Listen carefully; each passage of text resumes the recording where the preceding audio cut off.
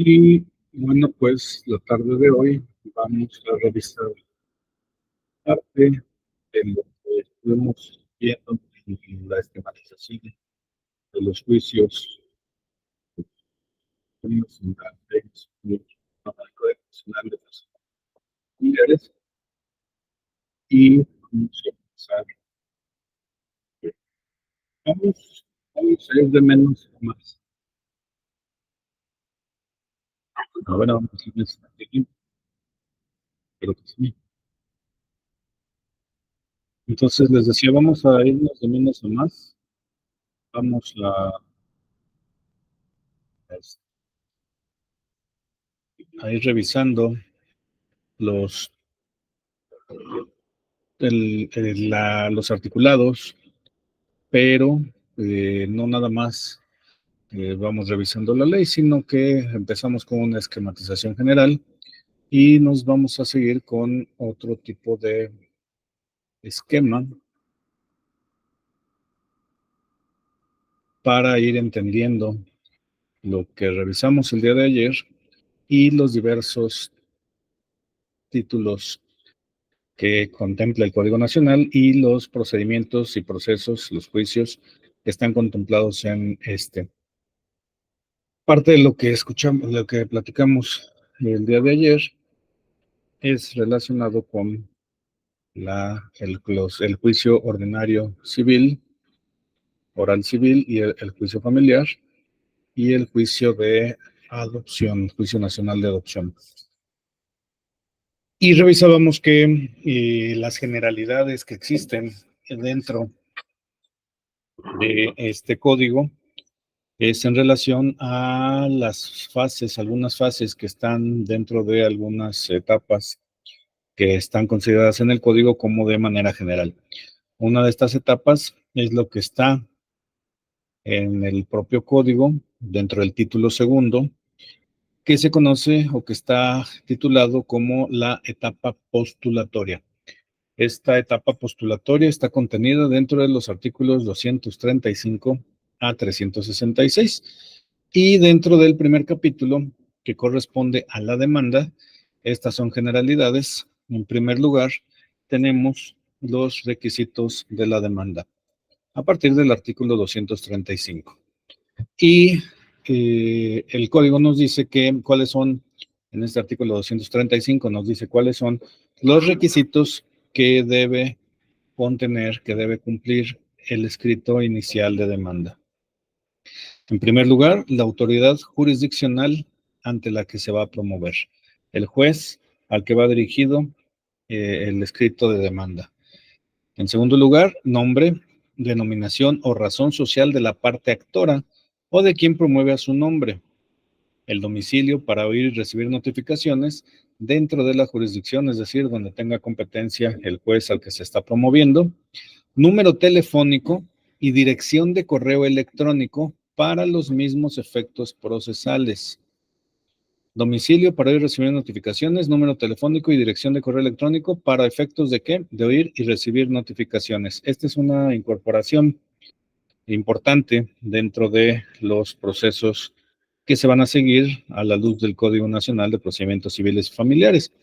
Se debe incorporar no nada más, como de manera tradicional se ha hecho en todos los procesos, el domicilio para oír y recibir notificaciones, que debe estar dentro de la jurisdicción donde tiene competencia la autoridad que va a conocer del proceso, sino también el número telefónico y la dirección de correo electrónico para que a través de estos medios se puedan realizar las notificaciones. Cuando proceda, revelar si el promovente pertenece a grupos sociales en situación de vulnerabilidad. También se incorpora esta nueva característica dentro de los requisitos que debe contener la demanda, si el promovente, es decir, si la parte actora pertenece a algún grupo social que se encuentre en situación de vulnerabilidad. ¿Por qué?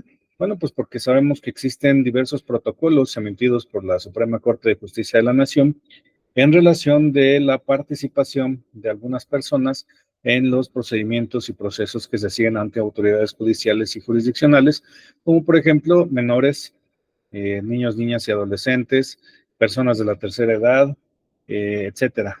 todos estos grupos indígenas también, grupos indígenas, estas personas que pertenecen a lo que se conoce como grupos vulnerables, pues están también contemplados dentro de la legislación procesal para que ya como requisito que debe incorporarse al escrito de demanda, se señale específicamente si en este punto la parte actora, que es quien está promoviendo, pertenece a alguno de estos grupos vulnerables. Tercero, el nombre de la persona designada como persona representante autorizado. En ningún caso se exigirá contar con registro ante el tribunal o poder judicial que corresponda. Ojo, nombre de la persona designada como persona representante autorizada.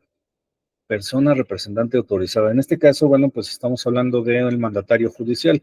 No se está señalando específicamente de esta forma, pero sí está determinado que se designe a una persona como representante autorizado. Pero aquí la parte interesante viene en esta disposición que contempla que en ningún caso se exigirá contar con registro ante tribunal o poder judicial que corresponda. Estamos hablando de que en la aplicación de este Código Nacional de Procedimientos Civiles y Familiares, pues tendrán competencia los juzgados federales. Sabemos que existen juzgados civiles federales que conocen de ciertos tipos de procesos, tendrán que aplicar también estas disposiciones, pero sabemos que como requisito para los abogados que quieran presentar documentos, promover, tener acreditada personalidad dentro de los juicios en los que está participando como asesor, como representante o como abogado postulante defendiendo alguna de las partes en proceso, se requiere actualmente que exista el registro de la cédula profesional en el juzgado o en la Ciudad de México, por ejemplo, hay un sistema de registro de cédulas profesionales y también a nivel federal existe el Registro Nacional de Profesionistas ante tribunales y juzgados y tribunales colegiados del Poder Judicial de la Federación. En términos de ahora del Código Nacional de Procedimientos Civiles y Familiares, no es o no debe ser requisito, o dice explícitamente que en ningún caso se exigirá contar con registro ante el tribunal o poder judicial que corresponda. En materia penal tenemos una situación muy particular. El Código Nacional de Procedimientos Penales señala que para poder asesorar a una víctima, para poder defender a un inculpado, a un imputado, o para poder actuar como Ministerio Público, el único requisito es contar con cédula profesional que acredite que se cuenta con la patente para el ejercicio de la licenciatura en Derecho. Pero como existe este registro, pues resulta que llegamos a una audiencia en tribunales federales ante algún centro de justicia penal federal, y el juez de control no nos permite comparecer a la audiencia si no tenemos el registro de la cédula ante ese registro nacional de profesionistas que actúan entre juzgados federales y tribunales colegiados. Y se impide el ejercicio de la representación legal de la parte a la que está uno atendiendo por este requisito. Pues en este caso, expresamente está señalando este artículo 235 como requisito de la demanda, que en ningún caso se podrá exigir contar con un registro del tribunal o del poder judicial que corresponda. Como cuarto requisito, nombre, denominación o razón social de la parte demandada y su domicilio. Quinto requisito, las pretensiones. El objeto u objetos que se reclamen con sus accesorios. Pretensiones, objeto u objetos que se reclamen con sus accesorios. Sexto requisito, la exposición clara y sucinta de los hechos en que el actor funde la demanda, relacionados a su vez con el título o títulos de las acciones que se ejerzan. Más adelante, en el desarrollo del curso, veremos, hay un capítulo desarrollado dentro del código dedicado a las acciones, y resulta interesante porque, bueno, pues están recogiendo cuáles van a ser las acciones en materia civil y en materia familiar que se pueden ejercitar. Pero bueno, hasta ahí dejamos el comentario para hacer posteriormente un análisis acucioso. Pero en este caso, entonces, la exposición clara y sucinta de los hechos. en que se funda la demanda relacionados con el título o títulos de las acciones que se ejercen. Séptimo requisito, los fundamentos de derecho, procurando citar la clase de acción intentada. Nuevamente tenemos aquí la acción. Fundamento de derecho y dice procurando citar, no dice deberá, no es una obligación sine qua non. Dice procurando citar la clase de acción intentada, los preceptos legales y en su caso convencionales, ya estamos a nivel tratados internacionales, los criterios jurisprudenciales o doctrinales o principios jurídicos aplicables. Este requisito, tradicionalmente dentro de los códigos procesales, tenemos que se tendrá que señalar cuál es el derecho en que se funda la acción que se está intentando. Palabras más, palabras menos. Aquí nos está señalando fundamentos de derecho, procurando citar la clase de acción intentada, preceptos legales y en su caso convencionales, criterios jurisprudenciales o doctrinales y principios jurídicos aplicables. Es decir, ese principio general del derecho que decía, dame los hechos que yo te daré el derecho, pues queda aquí medio trastocado, porque entonces ahora tendremos la obligación como accionantes de un juicio, como parte actora de un juicio, que debemos expresar la acción que estamos intentando. Esa no es obligatoria, dice debemos procurarlo. Pero los fundamentos de derecho, los preceptos legales, los preceptos convencionales, los criterios jurisprudenciales, doctrina y principios jurídicos aplicables, debemos incorporarlos. ¿Por qué? Porque dice que es un requisito. Recordemos, ayer dentro de las generalidades en el esquema que veíamos, señalaba que si se presenta la demanda y no se cumple con alguno de los requisitos que están contemplados en el artículo 235, que es este que estamos revisando, pues entonces se prevendrá, se emitirá un acuerdo donde se prevendrá, emitirá una prevención a la parte actora para que subsane la deficiencia o aclare el contenido de su escrito de demanda. Entonces, ya estaremos obligados a incorporar estos fundamentos de derecho, tesis jurisprudenciales, doctrina, principios generales de derecho, y pareciera que no habría ninguna necesidad, y también parece que quienes se encargaron de la elaboración de este código, pues sabían lo que se venía en un futuro no muy lejano y que lo tenemos ya a la puerta del Senado el día de hoy.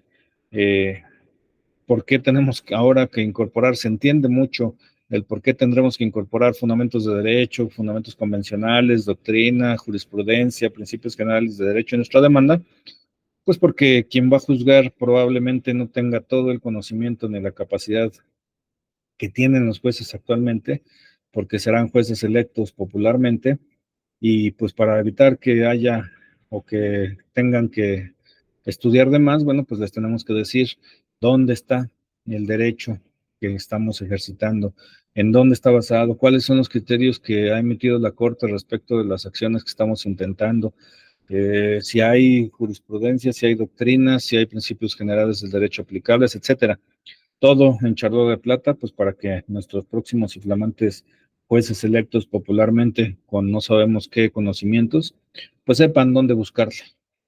Ahora se entiende muy claramente por qué existe esta incorporación de estos requisitos para el escrito inicial de demanda. Octavo requisito que nos marca el artículo 235 es el valor de lo demandado para determinar la competencia de la autoridad jurisdiccional. Revisaremos también cuáles son las situaciones, cuáles son los requisitos para fijar la competencia. Pero bueno, pues aquí tenemos un parámetro de que va a haber competencia de acuerdo al valor de lo demandado, dice así. En su caso, el valor de lo demandado para determinar la competencia de la autoridad jurisdiccional. Noveno requisito, el ofrecimiento de pruebas, mencionando con toda precisión el hecho o hechos que se tratan de demostrar con cada prueba, debiendo proporcionar el nombre de las personas que deban rendir testimonio. A ver, vamos a... ¿Sí se escucha? Me dicen que nos perdimos. Ya. La transmisión, ok, perfectamente. Entonces, denme un...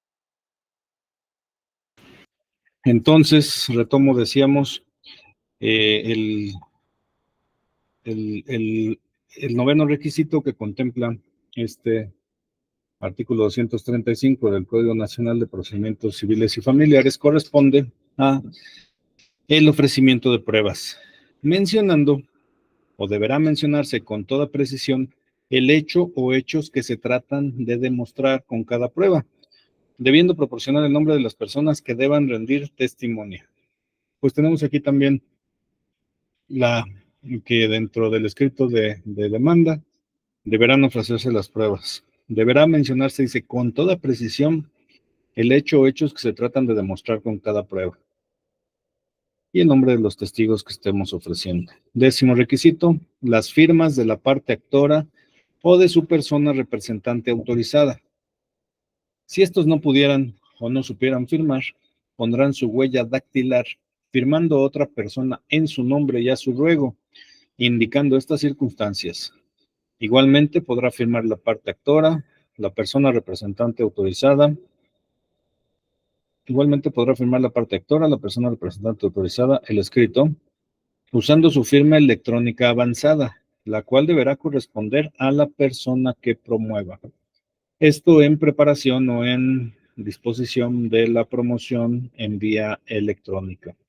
Como estamos ante un código que está vislumbrando lo que ya existe, pero la aplicación a nivel nacional de juicios orales y juicios en línea, pues entonces está previendo la disposición de la firma electrónica que podrá firmar el actor, su representante o ambos, siempre y cuando sea con su firma electrónica avanzada.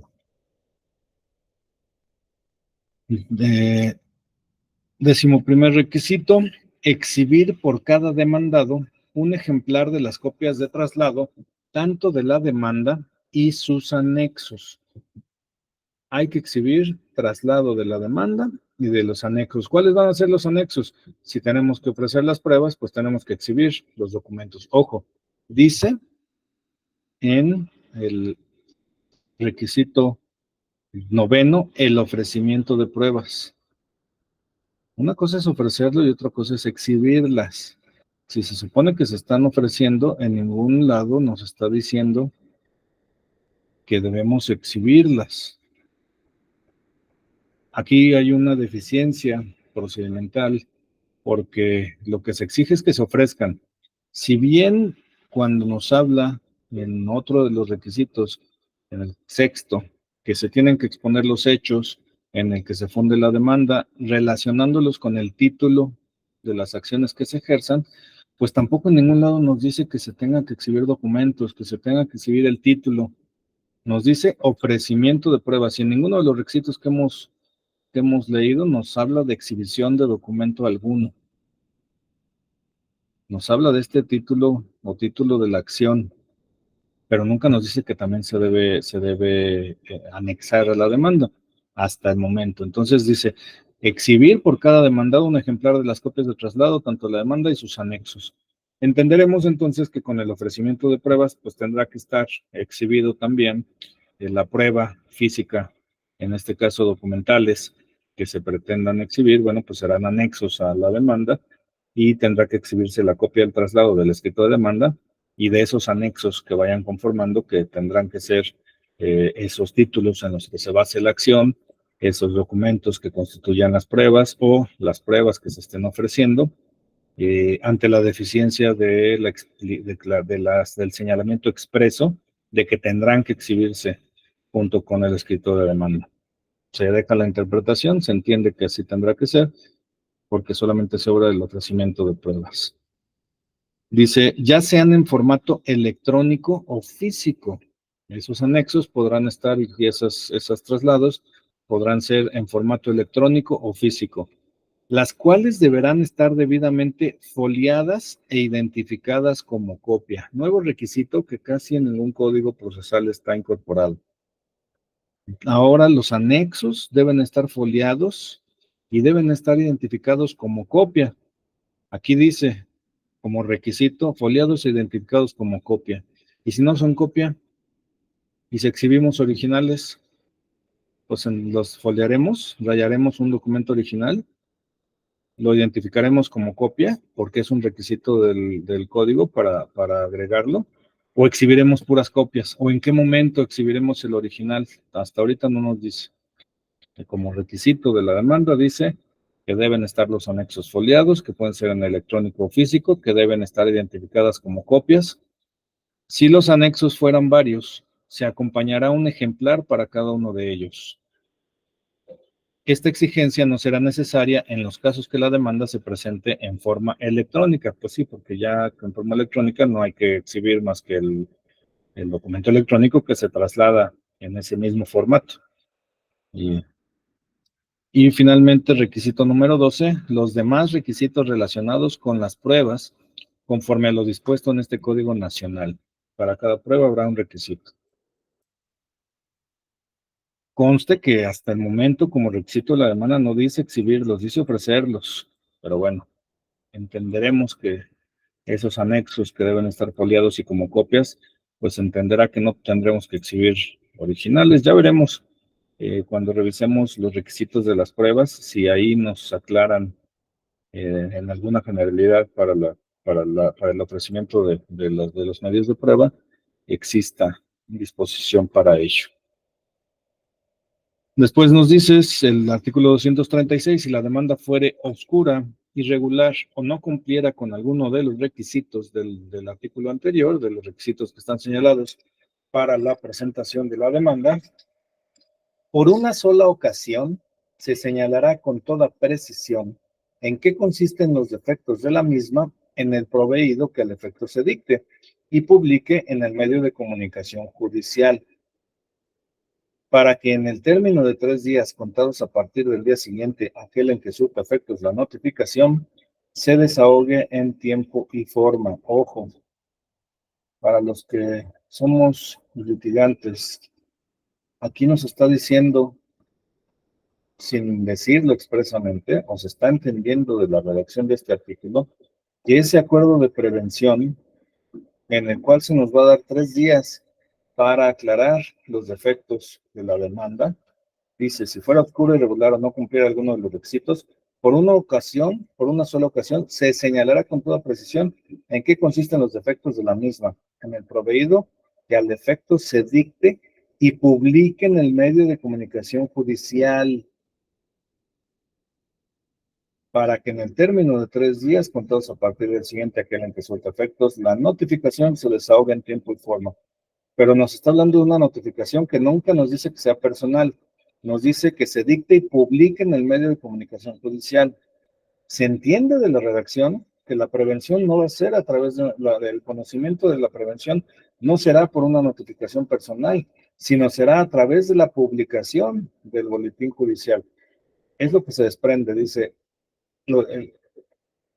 se señalará con toda precisión en qué consisten los defectos de la misma en el proveído que el efecto se dicte y publique en el medio de comunicación judicial, para que en el término de 3 días, contados a partir del día siguiente aquel en que surta efectos la notificación, se desahogue en tiempo y forma. ¿Por qué presumimos esto? Porque sabemos que la publicación en boletín judicial pues tiene efectos de notificación por lista o por boletín en materia civil. Entonces, pues ojo, también aquí tenemos una situación que pudiera causarnos algún tipo de problema, porque si estamos ante una prevención, pues se supone que las prevenciones tendrían que notificarse de manera personal. Ya revisaremos en el capítulo correspondiente a las notificaciones si también existe algún proveído que aclare esta situación, pero por lo pronto yo recomendaría que se tomara nota de todos estos detalles que estamos encontrando, del análisis, de la lectura, del articulado específico de las que estamos haciendo de este Código Nacional para que pues se pudiera en su oportunidad tener claridad o generar los recursos y los medios de defensa necesarios a efecto de que se emitan criterios que permitan aclarar cuál será la aplicación específica que hay de este dispositivo y de estas deficiencias que estamos encontrando. Entonces, nos sigue diciendo este artículo que la autoridad jurisdiccional debe realizar una nueva y exhaustiva revisión de la demanda. No nos dice cuándo, se supone que cuando se desahogue la prevención, pero también es omiso el código al referirnos a esta parte. La autoridad jurisdiccional debe hacer una nueva y exhaustiva revisión de la demanda y si en esta encuentra que los requisitos que omitió están satisfechos, aquí es de interpretación. Este código parece que sí nos dará un poco de dolores de cabeza cuando se empiece a aplicar por estas interpretaciones que se dejan al arbitrio de quien lee y quizás quien aplique la norma. La autoridad jurisdiccional deberá hacer una nueva y exhaustiva revisión de la demanda y si en esta encuentra que los requisitos que omitió están satisfechos o que no son realmente indispensables para los fines que se les asigna la ley o la naturaleza del proceso, debe rectificar y admitir la demanda. O sea, prevengo, porque no cumple los requisitos. Ese es un dispositivo que tengo que hacer forzosamente. Me desahoga la prevención y tengo que volver a revisar.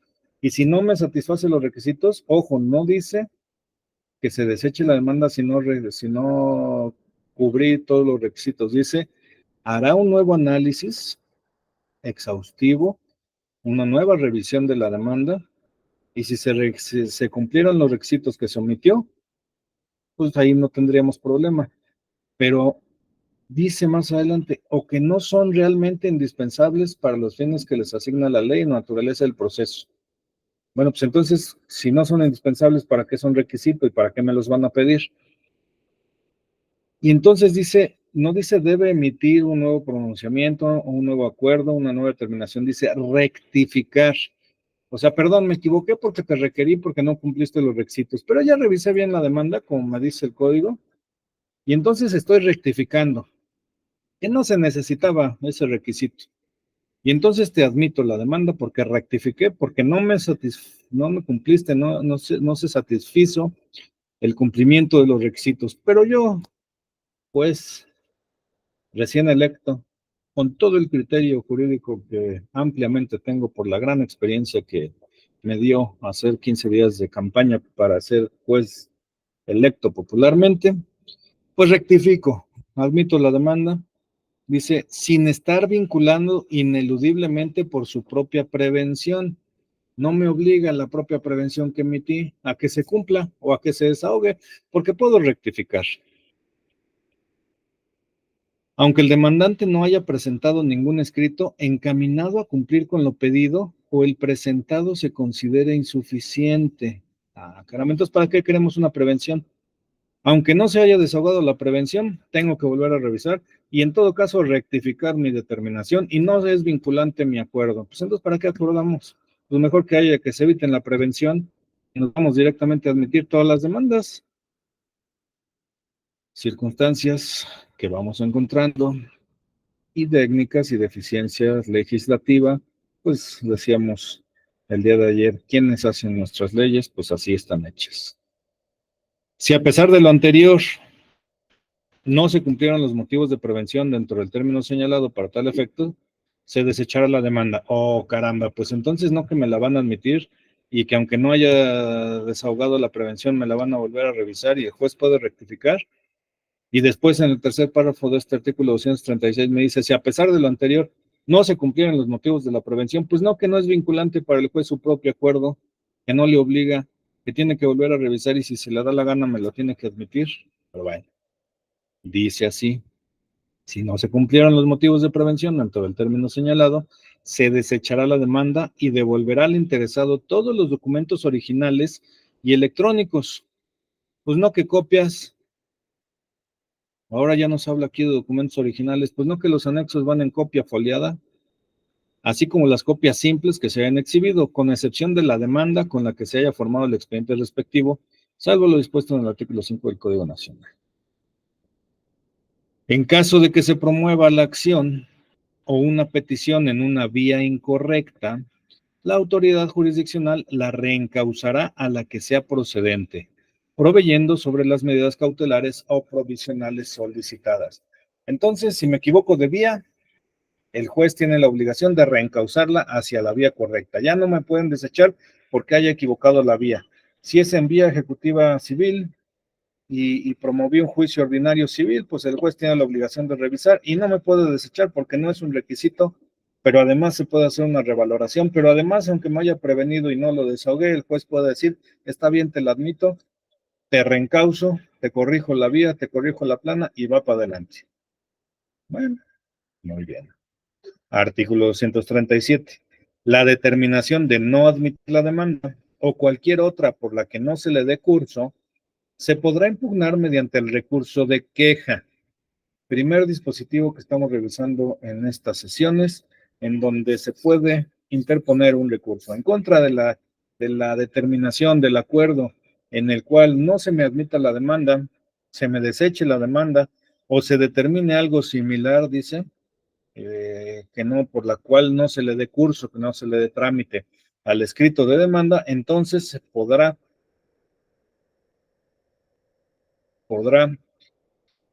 interponerse el recurso de queja, para que el tribunal de segunda instancia competente dicte la resolución que corresponda, bajo los lineamientos que en derecho le ordene a la autoridad jurisdiccional. En contra de dicha resolución no procede recurso ordinario alguno. Creo que estaba de más.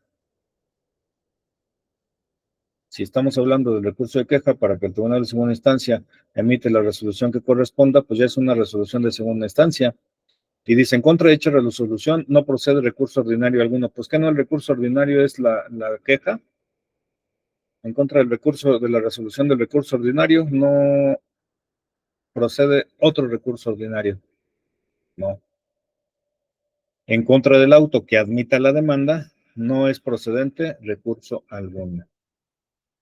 Los efectos de la presentación de la demanda son interrumpir la prescripción, si no lo está por otros medios, señalar el principio de la instancia y determinar el valor de las prestaciones exigidas cuando no pueda referirse a otro tiempo. ¿A cuál tiempo? Si no estamos hablando de tiempos, solamente que se habla de la prescripción, pero aquí la redacción está bastante deficiente. Interrumpir la prescripción si no le está por otros medios, señalar el principio de la instancia, determinar el valor de las prestaciones exigidas cuando no pueda referirse a otro tiempo. Bueno, no sé yo en lo particular a qué se refiere con eso de otro tiempo. Artículo 238. Cuando se trate de demandas por controversia sobre bienes inmuebles o en caso de que se intente la acción hipotecaria, ojo, controversias de inmuebles o acciones hipotecarias, la autoridad jurisdiccional podrá ordenar su anotación preventiva ante el registro público de la propiedad. Controversias sobre bienes inmuebles, cuestiones hipotecarias, se puede ordenar una anotación preventiva ante el registro público, oficina registral o cualquier institución análoga según la entidad federativa, de conformidad con las disposiciones aplicables del Código Civil respectivo, siempre que previamente se otorgue garantía suficiente a criterio de la autoridad jurisdiccional para responder de los daños y perjuicios que se puedan causar a la persona demandada, la que deberá ser fijada al prudente arbitrio de la autoridad jurisdiccional. Este requisito no será exigible en el caso de la acción hipotecaria. ¿Ok? Para tu notación preventiva en el registro público de la propiedad, para lo cual debe haber una garantía, a excepción de cuando se trate de acciones hipotecarias. Artículo 239 nos habla que una vez admitida la demanda, se ordenará emplazar al demandado, corriéndole traslado con copias de la misma, de los documentos exhibidos por el actor, y en su caso con la propuesta de convenio y el formulario correspondiente. ¿Cuál propuesta de convenio? ¿Cuál formulario correspondiente? En el artículo 235, que nos habla de los requisitos para la presentación de la demanda, no nos habla de ningún formulario, no nos habla de ningún convenio o propuesta de convenio, pero aquí se le tiene que ordenar emplazar al demandado con los documentos exhibidos, la propuesta de convenio y el formulario correspondiente. ¿Qué formulario? No sabemos. ¿Qué convenio? Pues quién sabe, porque como requisito no viene.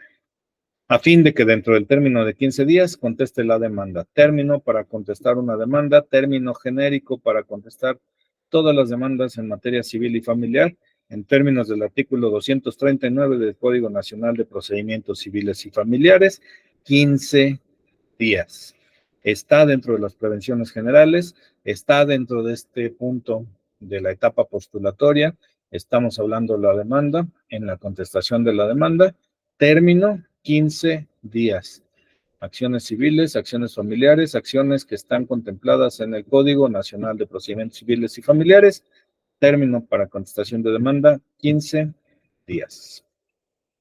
Los efectos del emplazamiento son, primero, prevenir en juicio en favor de la autoridad jurisdiccional que lo hace. Segundo, sujetar al emplazado a seguir el juicio ante la autoridad jurisdiccional que lo emplazó, siendo competente al tiempo de la citación, aunque después deje de serlo, con relación a la parte demandada porque este cambie de domicilio o por otro motivo legal. Ahora resulta que por cambio de domicilio va a cambiar la jurisdicción de la autoridad que está conociendo de un juicio. Interesante también. Tercer efecto del emplazamiento, obligar a la parte demandada a contestar ante la autoridad jurisdiccional que lo emplazó, dejándolo en su caso a salvo siempre que el derecho de provocar la incompetencia respectiva. De verdad que trae un montón de cuestiones de redacción este código, pero bueno. Obligar a la parte demandada a contestar a la autoridad jurisdiccional, que no es una potestad, no es un derecho del demandado contestar la demanda. Si no quiere hacer ejercicio de ese derecho, si no le da la gana contestar, ¿cómo lo van a obligar? Porque dice efectos de la demanda, del emplazamiento, obligar a la parte demandada, y si no, que lo van a meter a la cárcel, le van a poner una multa. Aquí dice el efecto del emplazamiento, obligar a la parte demandada a contestar.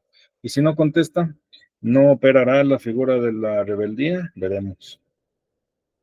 Producir todas las consecuencias de la interpelación judicial, si por otros medios no se hubiera constituido ya en mora el obligado. Otro efecto del emplazamiento, originar el interés legal en las obligaciones pecuniarias sin causa de réditos.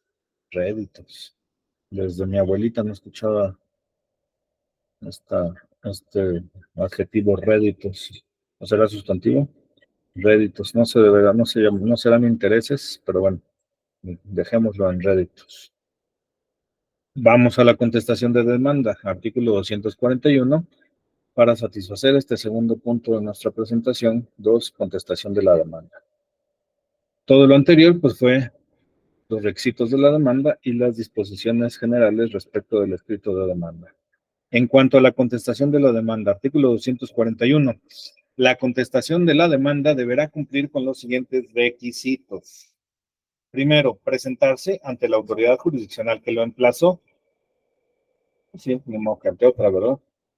Segundo, nombre, denominación o razón social de la parte demandada o de quien actúe en su representación. El domicilio para ir y recibir notificaciones dentro de la jurisdicción correspondiente, número telefónico y dirección de correo electrónico para los mismos efectos procesales. Cuando proceda, revelar si el promovente pertenece a grupos sociales en situación de vulnerabilidad y acreditarlo. Ojo. El artículo 235, que nos habla del escrito de demanda, sí nos señala en la última parte que su último requisito, que no es cierto, no es el último. En uno de sus requisitos, lo estoy buscando, aquí está. Si el promovente pertenece a grupos sociales, revelar si el promovente pertenece a grupos sociales en situación de vulnerabilidad, revelar, es decirle al juez. La parte actora tiene que decirle al juez que está dentro de un grupo vulnerable. Pero la parte demandada no nada más lo tiene que señalar, no nada más lo tiene que mencionar, lo tiene que acreditar como requisito. cuando proceda, revelar si el promovente pertenece a grupos sociales en situación de vulnerabilidad y acreditarlo. Aquí hay un requisito mayor hacia la parte demandada. No hay equilibrio procesal. Ojo, porque la parte actora no está obligada a acreditarlo, nada más a revelarlo. La parte demandada, en términos de este artículo, estamos revisando 241, sí dice que tendrá que acreditar si está en un grupo social en situación de vulnerabilidad. O en su caso, solicitar el apoyo especial a que se refiere el artículo 141 de este Código Nacional, que será en cuestión de intérpretes o algún apoyo que se requiera para su entendimiento. Tercero, ojo, pero no hay un equilibrio procesal, cuando menos en la norma. Tercero, el nombre de la persona designada como la persona representante autorizada. En ningún caso se exigirá contar con registro ante el tribunal o poder judicial que corresponda. Eso es lo mismo que para la parte actora. Cuarto, contestará categóricamente cada uno de los hechos en que la parte actora funde su pretensión, aceptándolos, negándolos o manifestando bajo protesta de decir verdad los que desconozca. Ahora viene esta parte de la protesta de decir verdad que no los conoce, que no conoce respecto de los hechos que están en el escrito de demanda. Apercibida que en caso de no hacerlo o de evadir su respuesta, se tendrán por ciertos los hechos expresados por la parte actora, salvo prueba en contrario. 5. Deberá ofrecer sus pruebas, mencionando con toda precisión el hecho o hechos que trata de demostrar, debiendo proporcionar el nombre de las personas que deban rendir testimonio. 6. Las excepciones y defensas que se tengan se harán valer en la contestación y nunca después. ¿Ok? Entonces, como requisito de la contestación de demanda, incorporar las excepciones y defensas, salvo las supervenientes. Caramba. Bueno.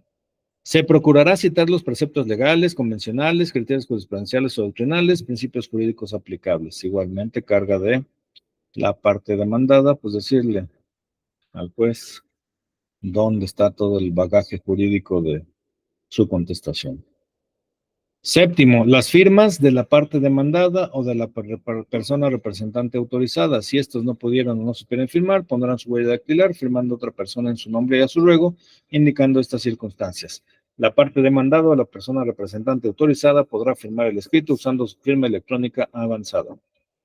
8, acompañar copia simple del escrito de contestación debidamente foliada e identificada como copia para dar vista a la parte actora por el término de 3 días. Igualmente, no hay un equilibrio procesal. En la parte, como requisito de la demanda, dice el escrito de demanda y sus anexos. Y los que dicen que tienen que ir foliados y en copia son los anexos. En este caso dice acompañar copia simple del escrito de contestación debidamente foliada e identificada como copia. Ahora sí, la copia simple del escrito debe estar identificada como copia y foliada, para dar vista a la parte actora por el término de 3 días, pero no habla del anexo. Y si en la contestación de la demanda, como nos dice el requisito número 5, deberá ofrecer sus pruebas, tampoco nos dice si las debemos anexar, pero aquí no nos dice que debemos anexar más que el traslado y no nos habla de anexos, pues entonces exhibo las pruebas o no. Nada más ofrezco mis pruebas, porque no se los tengo que trasladar. La parte actora sí, pero la parte demandada no. Y finalmente, 9 requisito, los demás requisitos relacionados con las pruebas conforme a lo dispuesto en este Código Nacional. Artículo 242. Dentro del término para contestar la demanda, se podrá proponer la reconvención en los casos que proceda, ajustándose a las disposiciones de la demanda. En caso de reconvención, se seguirán las reglas previstas en este Código Nacional, tanto para la demanda como para la contestación. Sin embargo, el emplazamiento deberá hacerse a través de la dirección de correo electrónico señalada por la parte actora en la demanda principal. La reconvención se notificará por correo electrónico en el correo que haya señalado en su escrito inicial de demanda la parte actora, que se convertirá en demandada reconvencional. Si las partes en sus respectivos escritos quisieran llamar a un tercero, deberán manifestarlo en los mismos. El llamamiento a juicio se hará corriéndole traslado con los escritos y anexos que deberán ser exhibidos por quien solicite la citación. A este sí le corren traslados, al tercero que se llame a juicio con los escritos y todos los anexos, debiendo proporcionar el domicilio de este, tercero, sin cuyos requisitos no se dará curso a la petición respectiva. Si se alega que se desconoce el domicilio, se procederá a su búsqueda y, en su caso, a publicación de edictos en los términos de las disposiciones del presente Código Nacional. El tercero llamado a juicio podrá comparecer en el mismo plazo de 15 días, estando en aptitud de ofrecer pruebas, alegar e interponer toda clase de excepciones y recursos. La petición contenida en este artículo no será tramitada a no ser de que se trate de cuestiones supervenientes. ¿Cuál petición? ¿De llamar a un tercero? ¿No se puede pedir llamar a un tercero en la contestación de demanda de una reconvención? ¿O a qué cuestiones supervenientes se referirá? Otro puntito más ahí de análisis. Artículo 244. A toda demanda o contestación deberá acompañarle necesariamente. Ok, aquí ahora sí nos regresamos a requisitos que deberían estar en el 235 y en el 241, pero están hasta el 244. Él o los documentos que acrediten la personalidad o carácter de aquel que comparece en representación de alguna de las partes o terceros. Entonces, a la demanda o a la contestación deberá acompañarse los documentos que acrediten la personalidad y el carácter del que está compareciendo. Segundo, los documentos en los que la parte actora funde su acción, que es el documento base de la acción, y aquellos en que la parte demandada funde sus excepciones. ¿Ok? Ya sea en forma física o electrónica. Si no los tuvieran a su disposición, acreditarán haber solicitado su expedición con el acuse de recibo por el archivo o lugar en que se encuentren los originales, para que a su costa se les expida certificación de ellos, en la forma que prevenga la ley. Se entiende que las partes tienen a su disposición los documentos siempre que legalmente puedan pedir copia autorizada de los originales y exista obligación de expedírselos. Si las partes no pudiesen presentar los documentos en que funden sus acciones o excepciones, declararán bajo protesta de decir verdad la causa por la que no pueden presentarlos o no se les expidieren sin causa justificada. En este caso, si la autoridad jurisdiccional estima procedente, ordenará al responsable de la expedición que el documento solicitado por la parte interesada se expida a costa de esta, apercibiéndola con la imposición de alguna de las medidas de apremio. Creo que aquí esto no varía mucho con lo que tenemos en los códigos procesales actuales. Tercero, salvo disposición legal en contrario que se trate de pruebas supervenientes, de no cumplirse por las partes con alguno de los requisitos anteriores, no se les recibirán las pruebas documentales que no obren en su poder al presentar la demanda o contestación, como tampoco si en estos escritos se dejan de identificar las documentales para el efecto de que oportunamente sean requeridos por la autoridad jurisdiccional y sean recibidas. El mismo tratamiento se dará a los informes que pretendan rendir como prueba. Porque veremos más adelante que hay una prueba que se llama prueba de informe. Está ahí en la lámina, en el punto de pruebas, en la segunda columna, el punto número 7. Pero bueno, lo veremos cuando lleguemos a esa parte. Cuarto, ¿qué más debemos anexar a nuestro escrito de contestación o a nuestro escrito de demanda? Los documentos que las partes tengan en su poder y que deban servir como pruebas de su parte, y los que se presentaren después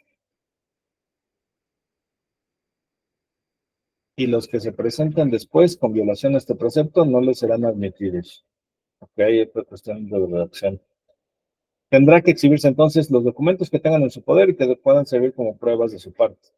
Los que presenten después de la contestación, los que presenten después del escrito de demanda, violando este precepto, no les serán admitidos, salvo que se trate de pruebas supervenientes o la demanda se haya presentado vía electrónica con documentos digitalizados para que con posterioridad sean presentados sus originales.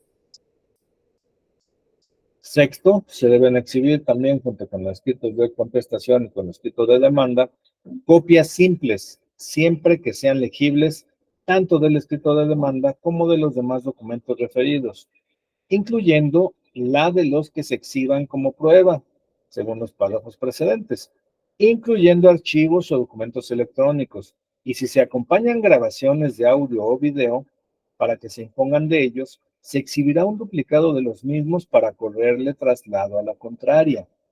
Las copias simples de los documentos que sirvan como prueba y las grabaciones de audio o video se podrán exhibir como archivos dentro de un dispositivo de almacenamiento de datos que garantice la integridad de los mismos, debiendo el promovente identificar y precisar con toda claridad su contenido.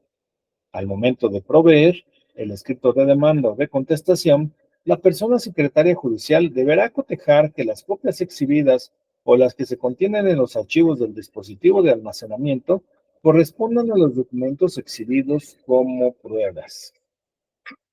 No está teniendo un cuidado específico y particular el código respecto de estas pruebas o de estas grabaciones de audio y video que pueden incorporarse como pruebas en un juicio, porque no está, dice que la garantía ¿cómo dicen?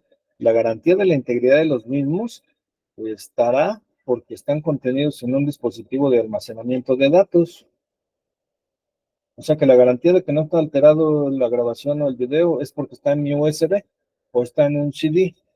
Pues creo que eso no hace las veces de cadena de custodia. Estamos ante elementos probatorios que pudieran ser alterados o fácilmente manufacturados. Ahora con todo lo que hace y puede hacer la inteligencia artificial, pues ya vemos que ponen a cantar a Cantinflas, ponen a cantar a un difunto, ponen a bailar, ponen a platicar con párrafos que se le están diciendo que se expresen, con la voz, con el tono y con la imagen de una persona que murió hace 20, 30, 40 años. Entonces, exhibo un video y la garantía de que no está alterado, de que es original, me la da porque está almacenado en un dispositivo de datos, un USB, un CD. Interesante. Artículo 245. La presentación de documentos cuando sean públicos podrá hacerse por copia simple si la parte interesada manifestara bajo protesta de decir verdad que carece de otra fehaciente, pero no producirá aquella ningún efecto si durante el desarrollo de la audiencia respectiva no se presentare una copia del documento con los requisitos necesarios para que haga fe en juicio, o se cotejen las copias simples con sus originales por la persona secretaria judicial y a costa de la parte interesada, pudiendo asistir a la diligencia de cotejo la contraparte para que en su caso haga las observaciones que considere pertinentes. Híjole, bueno, pues aquí tenemos otro artículo controvertido y controversial porque pues tenemos amplia y vasta jurisprudencia respecto del valor que puede tener una copia simple. Pues ahora resulta que los documentos públicos podrán exhibirse por copia simple, con la simple manifestación bajo protesta de decir verdad, que carecemos de otra fehaciente. Qué bien. Bueno, artículo 246. Después de la demanda y contestación, no se admitirán a las partes otros documentos que los que se hallen en alguno de los casos siguientes. Ya nos dijo el dispositivo anterior que solamente pruebas supervenientes, pero nuevamente una deficiencia legislativa en la redacción del artículo que no nos dice expresamente cuándo se considerarán pruebas supervenientes, sino que a través de una redacción vaga e imprecisa nos dice que después de la contestación de demanda y de demanda y de contestación, después de la demanda y de la contestación no se admitirán documentos que salvo que se hayan en los casos siguientes. Ser de fecha posterior a dichos escritos. Obviamente la demanda y la contestación. Los anteriores, respecto de los cuales, protestando de decir verdad, asevera en la parte que los presente no haber tenido antes conocimiento de su existencia. Nada más con que manifiesta bajo protesta de decir verdad. Y si los quería ocultar, pues nada más presento la protesta de que no los conocía, que no sabía que existían, y ahí te van. Los que no haya sido posible adquirir con anterioridad por causas que no sean imputables a la parte interesada, y siempre que haya hecho oportunamente la designación expresa en los términos de lo dispuesto en el presente Código Nacional. 4. Los documentos que sirvan de pruebas contra excepciones alegadas o contracciones en lo principal o reconvencional. Y 5. Los que se ofrezcan para la impugnación de pruebas de la contraria. Ojo, dice impugnación de pruebas de la contraria. En materia del trabajo, en materia laboral, no es impugnación de pruebas, es objeción de pruebas. Y para acreditar la objeción se puede presentar una prueba o con el ofrecimiento de pruebas cuando pueden ser objeto de alguna objeción, cuando pueden ser sujetos de alguna objeción, entonces se presentan pruebas para robustecer la fiabilidad de la prueba. En este caso, aquí nos está hablando de impugnación de pruebas de la contraria. Puedo impugnar pruebas, voy a interponer que un incidente para impugnar la prueba. No, se supone que tendría que ser una objeción, pero bueno, aquí nos habla de impugnación. Voy a impugnar a través de qué medio de defensa. La impugnación es a través de recursos, ¿no? Pero bueno, querramos o tratemos de ser abiertos en la mente para entender lo que nuestros amados legisladores nos han querido decir con todo esto. Artículo 247. A ninguna de las partes se le admitirá documento alguno después de concluido el desahogo de pruebas, es decir, ya no habrá pruebas supervenientes después del desahogo. La autoridad jurisdiccional de oficio no deberá admitirlos y mandará devolverlos a la parte sin ulterior recurso, sin agregarlos al expediente en ningún caso, salvo las excepciones previstas en este Código Nacional. Creo que aquí este artículo trata de evitar lo que pues, muchos abogados llamados chicaneros hacen cuando se les olvida exhibir algún documento o cuando se les pasa el término para presentar alguna prueba, que la exhiben, y el hecho de que se agregue a los autos del juicio, pues ya obliga al juez a darles un valor como, como instrumental de actuaciones, como parte de los autos. Entonces, creo que, bueno, pues podría ser efectivo esta parte de que si se presentan documentos de manera posterior a cuando debe de hacerse, es decir, de la demanda, de la contestación, o tratándose de pruebas supervenientes en términos de lo que señaló en el artículo que acabamos de revisar, pues entonces se tendrán que devolver. De ninguna forma se podrán agregar al expediente y obviamente pues no estando en el expediente no constituirá instrumental de actuaciones y no podrá dársele una valoración como parte del expediente. Artículo 248. De todo documento que se presente después de la demanda y contestación se dará traslado a la otra parte para que dentro del plazo de 3 días manifieste lo que a su derecho convenga. Una vez desahogada la vista por la contraria o transcurrido el plazo para ello, la autoridad resolverá sobre su admisión.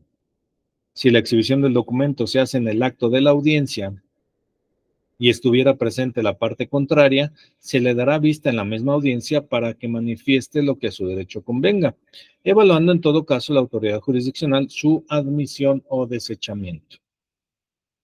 La omisión de presentar las copias simples no será motivo para dejar de admitir los escritos y documentos que se expresen en tiempo oportuno. En este caso, se señalará un plazo que no excederá de 3 días para exhibir las copias antes referidas. Y si no se presentaran en dicho plazo, se tendrán por no admitidas.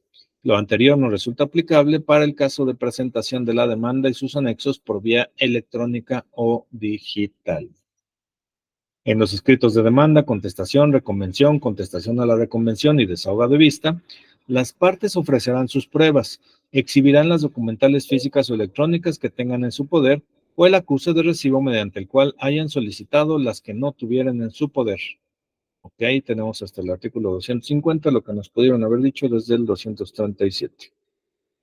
En caso de documentos físicos o electrónicos que hayan sido anunciados y no se tenga la posibilidad de exhibir, deberá presentarse el acuse de recibido de la solicitud en los mismos ante la oficina o archivo que se encuentren. La parte interesada deberá continuar con las gestiones necesarias para recabar la prueba a fin de exhibirla en la etapa de admisión de pruebas de la audiencia preliminar.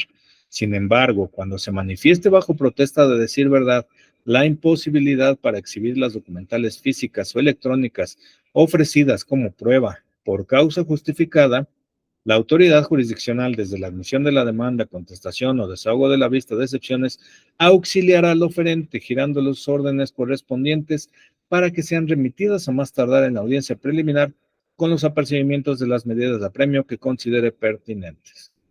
Dicha medida solo será efectiva si la prueba es admisible y conforme a las disposiciones aplicables de las leyes vigentes en materia de transparencia, acceso a la información pública y datos personales según corresponda.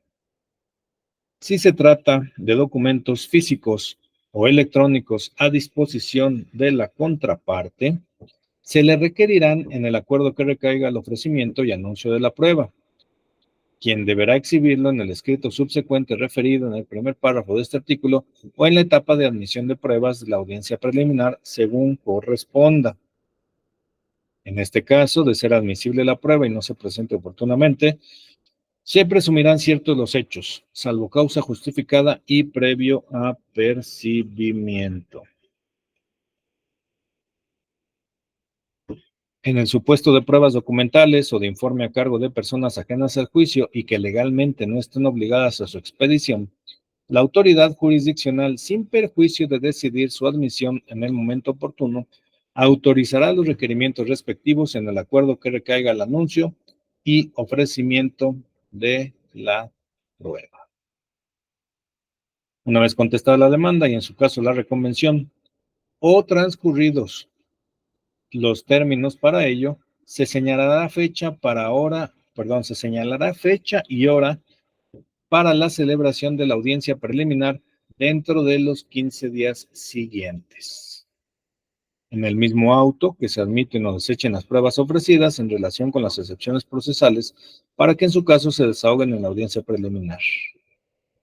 En caso de no desahogarse la prueba en dicha audiencia, se declararán desiertas por causa imputable al oferente. Se admitirán o se echarán pruebas en relación con las excepciones. Ok.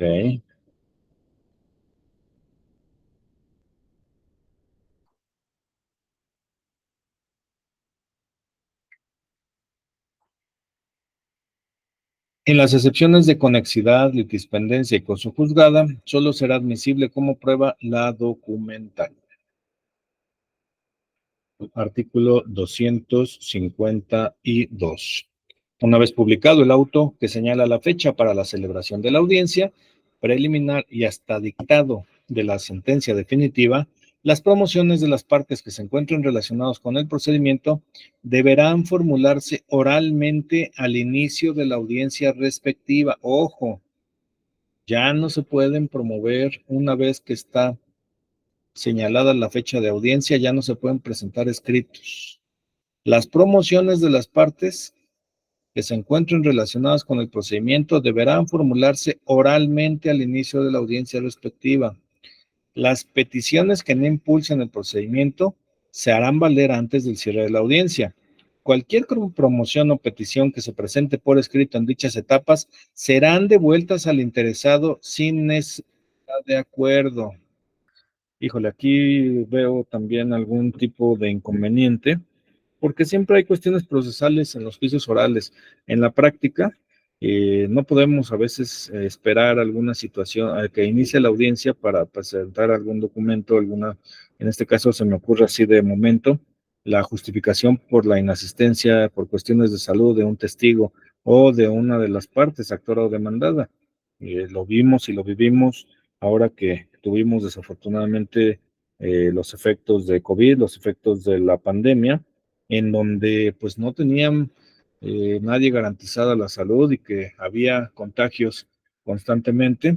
Entonces se presentaba por escrito la acreditación, la receta médica, el diagnóstico que acreditaba que la persona se encontraba con un estado de salud por el cual no podía comparecer a la audiencia, con el riesgo, no nada más de la salud que tenía mermada, sino de un posible contagio hacia los demás intervinientes. Entonces, esta parte de ser tan restrictivo para no promover ningún tipo de situación, por escrito hasta el inicio de la audiencia correspondiente, me parece que también va a causar algún tipo de situaciones ya dentro de la práctica procesal. Pero bueno, finalmente dice, las cuestiones que se debaten en la audiencia deberán ser resueltas en la misma audiencia. Las partes no podrán dar lectura a escritos o registros de forma íntegra, pero así a sus notas o apuntes. Bueno, se está privilegiando el principio de oralidad, me parece adecuado. Artículo 253. La nulidad de una actuación deberá reclamarse en la audiencia subsecuente. La nulidad de una actuación deberá reclamarse en la audiencia subsecuente, no en la misma, en la siguiente, bajo pena de quedar validada de pleno derecho. Es decir, si no reclamo la nulidad de una actuación en la siguiente audiencia, puede convalidarse, puede declararse válida. La producida en la audiencia de juicio deberá reclamarse durante esta, hasta antes de que la autoridad jurisdiccional emita la sentencia definitiva, pues sí, porque no hay otra audiencia subsecuente. La del emplazamiento, por su parte, podrá reclamarse en cualquier momento hasta antes de que se dicte sentencia definitiva. Ah, caramba. La nulidad del emplazamiento podrá reclamarse en cualquier momento hasta antes de que se dicte sentencia definitiva. Arma mortal para los chicaneros. Artículo 254. En los juicios orales civil y familiar, únicamente será notificado personalmente el emplazamiento y el auto que admita la reconvención. Las vistas, efectivamente, como leímos y como se interpretó, no se van, las prevenciones no se van a notificar personalmente. Entonces tenemos que estar a las vivas con la publicación de boletines, porque entonces, si se nos va la prevención, que no nos van a notificar personalmente, pues podremos caer en el supuesto de, no la presentaste y te la tendrán que analizar y revalorar. Y ya será criterio del juez si hace si recapacita de sus malos actos y te admite la demanda. Las demás determinaciones se notificarán a las partes a través del medio de comunicación oficial, salvo lo dispuesto para las audiencias. Ok, veremos qué nos dice respecto de las audiencias. Y con esto terminamos este primer capítulo de la etapa postulatoria, que es requisitos de la demanda, de la contestación de la demanda y de la contestación de la demanda. Lo que sigue es el punto tercero, que es allanamiento y rebeldía. Nos dice artículo 255, transcurrido el plazo fijado en el emplazamiento sin contestar la demanda, se tendrán por contestados los hechos en sentido negativo. Ojo, no hay rebeldía, sí hay rebeldía, no hay rebeldía, pues nos dice que si no se contesta la demanda, se tendrán por contestar los hechos en sentido negativo. No a todo. Eso no causa perjuicio a la parte demandada. Tampoco le da ventaja, como en otros procesos, a la parte actora, que si no se contestaba la demanda, se tenía por cierto todo lo señalado. Entonces aquí se tendrá por negado. Y por lo tanto, entonces quedará sujeto a la prueba. Ya no hay una presunción de certeza. Se desaparece esa presunción de certeza. Y se hará la declaratoria de rebeldía correspondiente. ¿Ok? Contesté en sentido negativo y me declaran rebelde. ¿Para qué efectos me declaran rebelde? Para ninguno, porque contestaste en sentido negativo. ¿Y entonces qué efectos tiene la declaración de rebeldía? Ninguna, contestaste en sentido negativo, el que se te tenga que probar para que se te pueda sentenciar. Ok, entonces la declaración de rebeldía, ¿para qué sirvió? Para nada. La declaración de rebeldía tiene el efecto de que cuando se tiene la consecuencia de que se contesta en sentido afirmativo, pues ahí se está declarando efectivamente como rebelde. Soy rebelde, pero te tolero. Ok. A continuación se señalará la fecha para la audiencia de juicio.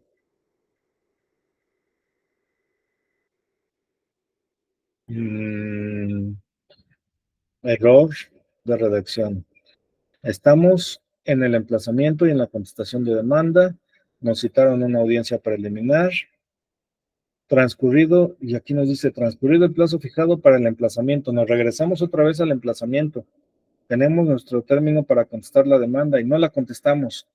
Se nos tienen por contestar los hechos negativos, se hace la declaratoria de rebeldía. A continuación, señalará la fecha para audiencia de juicio, dictando auto de admisión de las pruebas ofrecidas por la parte actora. Ok, Entonces, al no contestar la demanda, pues no se cita a la audiencia preliminar, nos vamos directamente a la audiencia de juicio. Ese es el efecto entonces de la rebeldía, que no va a haber audiencia preliminar, que se va directo a la audiencia de juicio y directo se hace el acuerdo de admisión de pruebas. Bueno, esto sí me parece más interesante.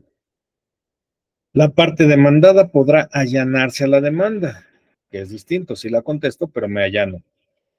En caso de allanamiento total, este deberá ser ratificado ante la autoridad jurisdiccional, en donde ambas partes serán asistidas técnica y efectivamente por la persona representante autorizada. Habiéndose ratificado el allanamiento, la autoridad jurisdiccional estudiará la legitimación procesal y dictará sentencia en un plazo que no exceda de 10 días. Le damos celeridad. Ya se allanó, ¿para qué desahogamos más pruebas? Simplemente ratificas, estando debidamente asesorada, y en 10 días te emito tu sentencia. En materia familiar, en caso de allanamiento total, además de la ratificación a que se refiere el artículo anterior, la autoridad jurisdiccional deberá proveer de la preparación de las pruebas y se fijará fecha para el desahogo de la audiencia de juicio dentro de los 10 días siguientes, actuación en la que se escucharán los alegatos, se desahogarán las pruebas y se dictará el fallo correspondiente en la misma audiencia.